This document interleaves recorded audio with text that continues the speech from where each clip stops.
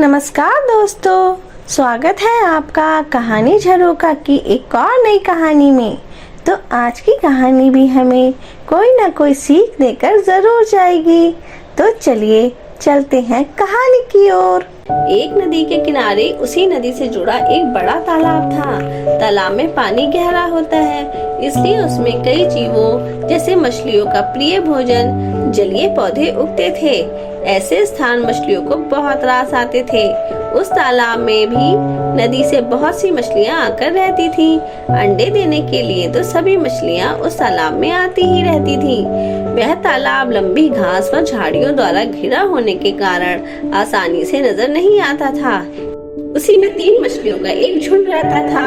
उनके रंग रूप के साथ उनके स्वभाव भी भिन्न थे।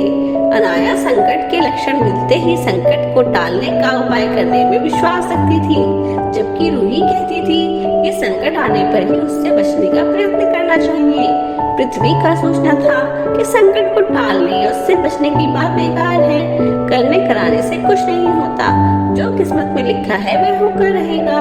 एक दिन शाम को मछुआरों का एक झुंड मछलियां पकड़कर वापस आ रहा था। शाम हो चुकी थी। उस दिन उनके जाल में काफी कम मछलियां फंसी थी, इसलिए उनके चेहरे बहुत उदास थे। तभी उन्हें झाड़ियों के ऊपर मछली खोर पक्षियों का एक झुंड जाता दिखाई दिया। सबकी चोंच में मछलियां दबी थी। वे चौंके। एक ने अनुमान लगाया, दोस्तों लगता है झाड़ियों के पीछे नदी से जुड़ा हुआ कोई बड़ा तालाब है, जहाँ इतनी सारी मछलियां पल रही हैं। मछुआरे आश्चर्यचकित होकर तालाब को ढूंढने लगे। आखिरकार झाड़ियों में से गुजरते हुए उन्हें वह तालाब मिल गया और उन्होंने देखा इसमें इतनी सारी मछलियां हैं। वह ललचाई नजरों से मछलियों को देखने लगे। एक मछुआरा बोला, आहा, इस जलाशय में तो मछलियां भरी पड़ी हैं। आज तक हमें इसका पता ही नहीं लगा। यहाँ हमें ढेर सारी मछलियां मिलेंगी। तभी दूसरा बोला, आज तो शाम गिरने वाली है, कल सुबह ही आकर यहाँ जाल डालेंगे। इस प्रकार मछुआरे दूसरे दिन का कार्यक्रम तय करके चले गए। तीनों मछलियों ने मछुआरों की बात सुन ली थी।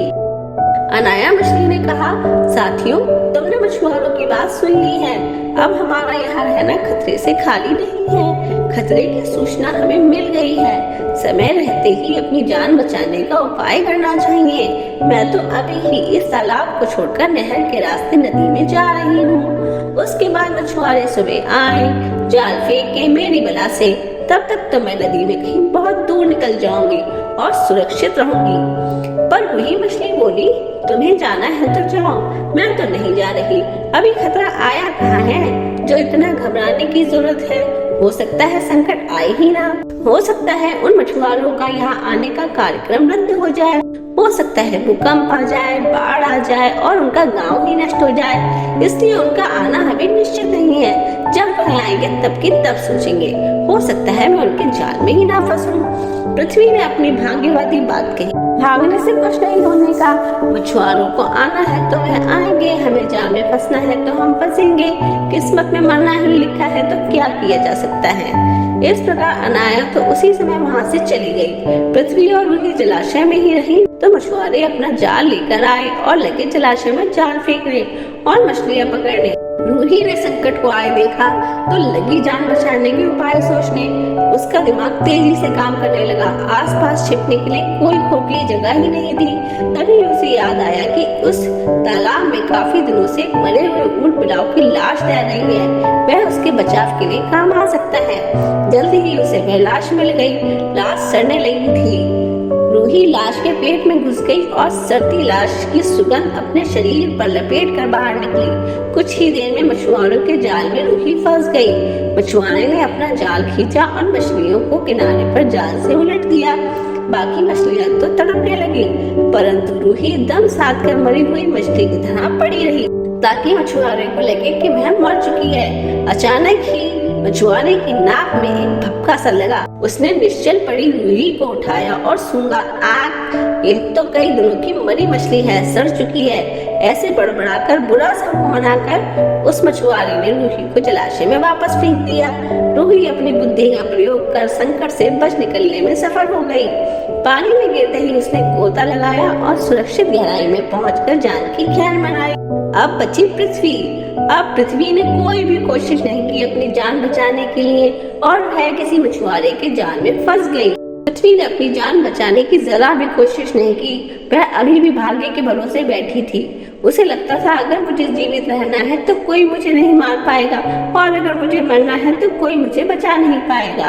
अतः वह जाल में फंसाकर एक टोकरी में डाल दी गई। भाग्य के भरोसे बैठे रहने के कारण पृथ्वी उसी टोकरी में अन्य मछलियों की तरह तड़प तड़प कर मर गई। आखिरकार उसने अपने प्राण त्याग दिए। तो देखा दोस्तों, कैसे जो लोग सिर्फ भाग्य में विश्वास करते हैं उनका विनाश हो जाता है। अतः हमें भाग्य के साथ साथ अपने कर्मों पर पहले विश्वास होना चाहिए। तो कैसी लगी आपको आज की कहानी?